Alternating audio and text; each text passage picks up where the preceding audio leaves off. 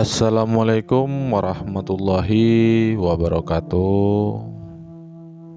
Apa kabarnya sahabat-sahabat Nusantara dimanapun berada? Adapun kajian materi kita hari ini adalah jangan mencari kesaktian, tapi carilah pertolongan Allah Subhanahu wa Ta'ala. Oke, bismillah. Sahabat-sahabat Nusantara dimanapun berada, saya ingin menyampaikan, mengutarakan apa yang menjadi pengalaman pribadi saya. Mungkin selama ini mindset daripada pola pikir sahabat-sahabat bahwa mempelajari spiritual itu identik dengan kesaktian. Oke. Jika kita mengutarakan salah apa tidaknya, tentu ini bukan bicara salah atau benar, tetapi mendudukkan pemahaman kita, mendudukkan bahwasanya kajian kita harus ada tingkatan, di mana tingkatan-tingkatan itu adalah seperti syariat, thariqat, hakikat, marifat. Jadi di sini saya cenderung membahas daripada tingkatan daripada marifat, karena tingkatan-tingkatan yang dibawa marifat tentu sudah sering didengar atau kajian-kajiannya sudah sering kita bahas, baik itu dalam kehidupan masyarakat kita maupun beragama atau kajian-kajian umum lah kita bilang. Oke. Sahabat-sahabat Nusantara dimanapun berada, puncak daripada perjalanan spiritual seorang itu adalah bahwasanya dia bukan mencari kesaktian, akan tetapi untuk mendapatkan pertolongan Allah Subhanahu wa Ta'ala. Kita pernah mendengar kisah Nabi Ibrahim. Saat itu dia mencari Tuhan. Kemana-mana dia mencari Tuhan. Sampai patung-patung dia hancurkan, sampai dia tinggalkan yang paling besar, sampai dia ditangkap dan diadili, dan raja penguasa tersebut mengutarakan kenapa dihancurkan patung-patung. Dan Ibrahim sendiri menjawab dengan lantang, tanya aja patung yang paling besar.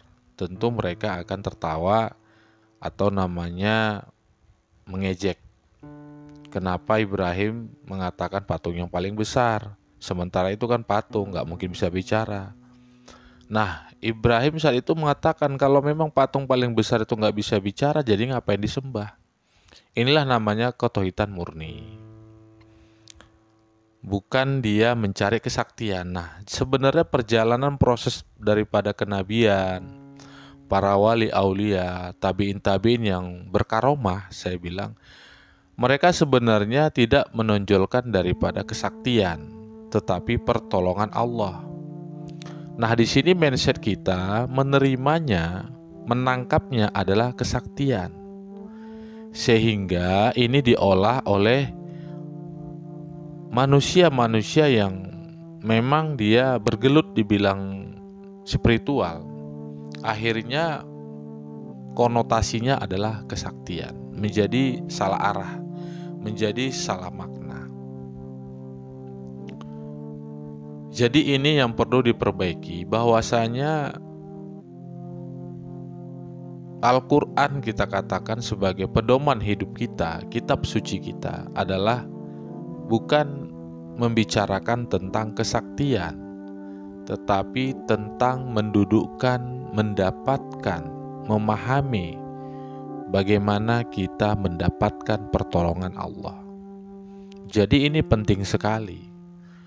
banyak daripada praktisi supranatural ataupun seorang murid yang mencari ilmu kebatinan, hikmah dan sebagainya, rata-rata itu mindsetnya mencari kesaktian. Padahal sebenarnya maksud dan tujuan ayat tersebut bukanlah seperti itu. Bagaimana caranya kita mendekatkan diri kepada Allah dengan kita mewiridkan, menjikirkan, mengamalkan daripada ayat-ayat Allah tersebut sehingga timbul rasa keyakinan, keimanan kita terhadap Allah Subhanahu wa taala. Sehingga kita mendapatkan namanya ma'unnah, yaitu pertolongan Allah Subhanahu wa taala. Jadi jangan konotasinya mendapatkan kesaktian, kedikjayaan. Ini yang nanti membuat mindset kita keliru dalam memahami daripada ayat-ayat suci Al-Quran. Jadi sebenarnya Al-Quran itu dikatakan dibaca berulang-ulang. Memang secara syariat tentu akan mendapatkan pahala, tentu akan mendapatkan yang namanya, ya kita bilanglah hadiahlah dari Allah Subhanahu wa taala. Tetapi tidak menjadi itu tujuan kita. Kita mengulang-ulang Al-Quran itu agar kita memahami apa maksud tujuan daripada ayat tersebut. Maka kenapa kita dituntut dalam mengamalkan daripada Al-Quran tersebut harus berulang-ulang, supaya kita menguak misterinya, membelah apa isi kandungannya. Jadi bukan bicara tentang kesaktian. Kalau maaf omongnya, kalau hanya untuk kesaktian saja bisa, apalagi lebih jauh daripada itu. Sahabat-sahabat Nusantara dimanapun berada, saya menyadari memang terkadang kita yang mencari daripada kesejatian kebenaran yang hak ini banyak ujian, banyak godaan. Tentu saya menyadari itu. Tetapi jangan berputus asa dari rahmat-Nya Allah, kita tetap berjuang dengan tekad yang sungguh-sungguh. Seperti mana kisah Ibrahim mencari Allah Subhanahu wa taala. Bukan mencari kesaktian, sampai dia sendiri mengorbankan nyawanya sampai dia dibakar. Dan ternyata dia sendiri pun saat itu tidak tahu Allah itu di mana. Tapi dia bisa merasakan bahwasanya Allah itu melihat dia, bisa merasakan bahwasanya dia mendengar, dan dia hanya punya yang namanya iman dan keyakinan. Sehingga Allah Subhanahu wa taala itu membuktikan kebenaran rasa Ibrahim tersebut. Dan akhirnya api pun menjadi dingin, tidak bisa membakar sehelai bulu ataupun kulit Ibrahim tersebut. Ini menandakan keesaan, kemurnian, ketauhidan untuk mendapatkan pertolongan Allah Subhanahu wa taala. Nah, ini yang terkadang kita tidak mampu mengimplementasikannya dalam kehidupan kita sehari-hari. Seharusnya ini kan contoh-contoh daripada kisah ini bukan mengangkat nilai-nilai hanya syariatnya saja. Karena antara syariat dan hakikat itu adalah satu kesatuan yang tidak dipisahkan. Kalau kita bicara syariat, tentu tembakannya hakikat. Kalau kita bicarakan hakikat, tentulah kita bersyariat. Jadi sempurnalah ilmu dan amal kita, maksud saya. Sahabat-sahabat Nusantara dimanapun berada, memang tidak gampang untuk mendapatkan pertolongan Allah. Karena memang itu banyak godaan, banyak tantangan, banyak rintangan. Yang perlu kita petik di sini adalah bahwasanya Ibrahim itu mencari Tuhan yang sebenar-benarnya. Nah, ini yang perlu digarisbawahi. Dia sendiri pun belum mengetahui saat itu bagaimana bentuk wujud Allah, bagaimana dia, tapi dia hanya meyakini bahwasanya di seluruh alam semesta ini ada pengaturnya, ada yang merajai. Itu yang diimani, itu yang diyakini. Begitu pula kita dalam praktisi spiritual ataupun mengolah kanuragan, mengolah daripada kebatinan kita, maksud saya bukan kanuragan ya, kebatinan kita ataupun perilaku sikap spiritual kita, itu selalu mengharap pertolongan Allah, bukan mengharap kesaktiannya. Karena Allah itu Maha Pemberi, tentu juga akan diberikan dia kesaktian itu jika memang itu diminta. Tetapi kan akan ada menjadi tanggung jawab atas permintaan kita. Karena Allah Maha Pemberi, nggak mungkin nggak dia berikan itu. Nah, terkadang kan sekarang ini saya perhatiin baik ustadz maupun ulama ataupun kebanyakan daripada al-hikmah mengedepankan daripada khasiat, mengedepankan daripada manfaat daripada ayat-ayat tersebut. Belum lagi nanti ayat-ayat tersebut ada namanya kombinasi ayat antara bahasa daerah dengan bahasa Quran dipadukan lagi dengan zikir. Jadi kekuatan budaya Rizalul Ghaib tersebut disatukan dengan Al-Quran. Saya bilang kalau untuk kedikjayaan sih boleh-boleh saja. Tapi kalau bicara kemurnian ini tidak bisa digabung. Karena perkataan Allah tidak bisa kita gabungkan dengan perkataan manusia. Karena itu kitabullah, perkataan Allah langsung, firman. Nah, ini bukan bicara salah dan benar, tetapi mendudukkan pemahaman. Makanya terkadang saya heran gitu. Kalau kita mencari kesaktian dengan menggunakan ayat-ayat suci Al-Quran, ini lucu. Terbalik-balik. Kalau kita bicara khadam, kita bicara jin, kita bicara daripada kekuatan gaib, mereka kan tentu akan meminta kepada Allah Subhanahu wa Ta'ala. Jadi kita harus memurnikan ketauhidan kita. Mereka diciptakan, jin juga hanya untuk tunduk patuh kepada Allah, beribadah kepada Allah.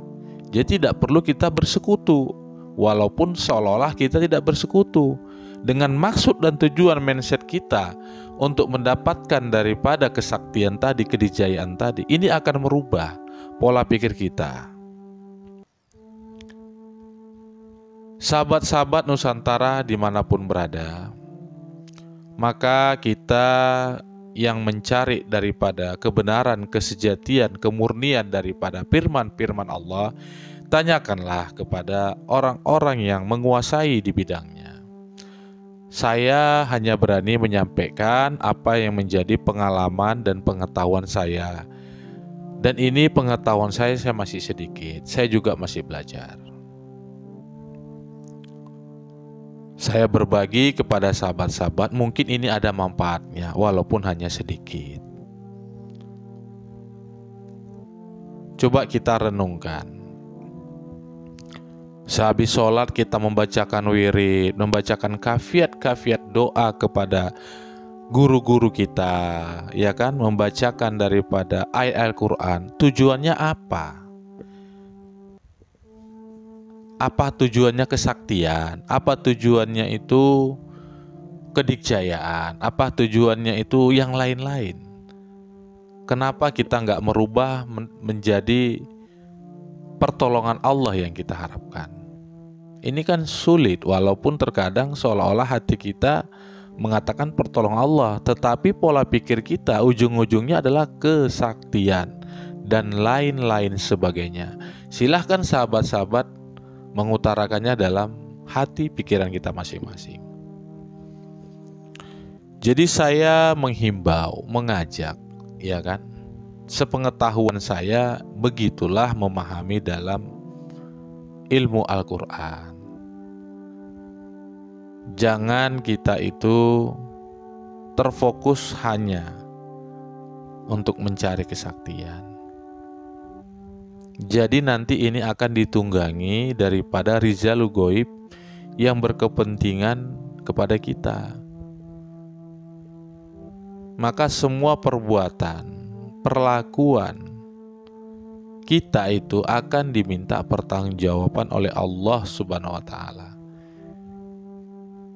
Masalah percaya atau tidak, yakin atau tidak, itu tanyakanlah hati kita.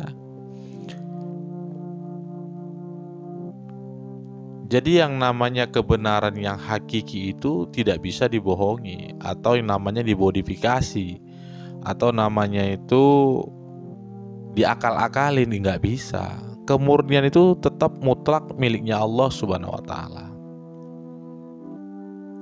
Yang paling heran saya gitu kan, banyak sekali memang sekarang ini praktisi-praktisi, ahli-ahli spiritual itu mengatasnamakan agama tetapi mensekutukan daripada pemilik sang agama itu Allah Subhanahu wa taala. Tanpa kita sadari, maksud saya. Inilah yang menjadi masalah. Sahabat-sahabat Nusantara dimanapun berada, jika memang kita seorang pencari sejati, maka berbahagialah. Seperti Ibrahim, walaupun dia sendiri nggak tahu keberadaan Allah Subhanahu wa taala di mana, karena dia sungguh-sungguh, karena dia benar-benar murni hatinya, maka Allah sendiri yang akan menuntunnya ke jalannya. Itu pasti. Renungkan, pikirkan sahabat-sahabat Nusantara. Jangan mencari kesaktian, tetapi carilah pertolongan Allah Subhanahu wa taala. Semoga bermanfaat apa yang menjadi kajian kita hari ini, terutama buat pribadi saya, buat keluarga saya, sahabat-sahabat saya Nusantara dimanapun berada. Jika ada perkataan saya yang salah, kepada Allah saya mohon ampun. Kepada sahabat-sahabat Nusantara dimanapun berada, saya mohon maaf lahir dan batin. Wabillahi taufiq wal hidayah. Assalamualaikum warahmatullahi wabarakatuh.